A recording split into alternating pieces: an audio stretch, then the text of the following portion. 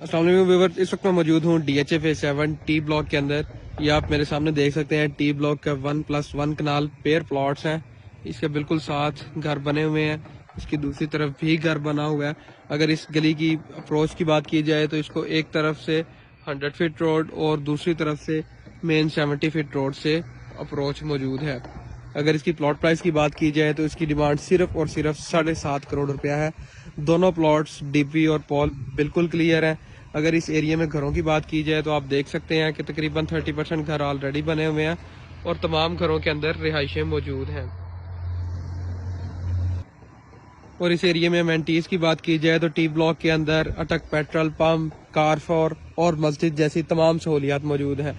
T block ऐसा block है जिसको डायरेक्ट अप्रोच बरकी रोड से भी दी गई है और बरकी रोड वाली ट्रैफिक के लिए या अंदरून शहर में आने जाने के लिए टी ब्लॉक बहुत ज़्यादा सूटेबल है।